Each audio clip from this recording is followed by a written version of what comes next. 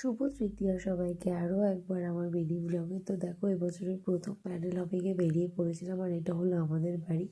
আলোর সাজে, পুজোর সাজে একদম সেজে উঠেছে। তো আজকে গেছিলাম গড়িয়ার সাইডে সব ঠাকুর দেখতে। তো ফার্স্টেই গেছিলাম শ্রীরামপুর, বীরজি, নাকতলা, উদয়ন, আরও অনেক ঠাকুর, নবদুর্গা, পঞ্চদুর্গা, সবগুলোই বেশ ভালো করেছিল। তার মধ্যে কেন্দুয়া, নবদুর্গা, এইগুলো আমার বেশ ভালো লেগেছে। নবদুর্গার লাইটিংও খুব সুন্দর, আর কেন্দুয়ার ঠাকুরটা আরও সুন্দর। আর এই ঠাকুরটা পুরোটা করেছিল কুমড়োর দানা দিয়ে, যেটা আমার সত্যি খুব ভালো লেগেছে এই আইডিয়াটা।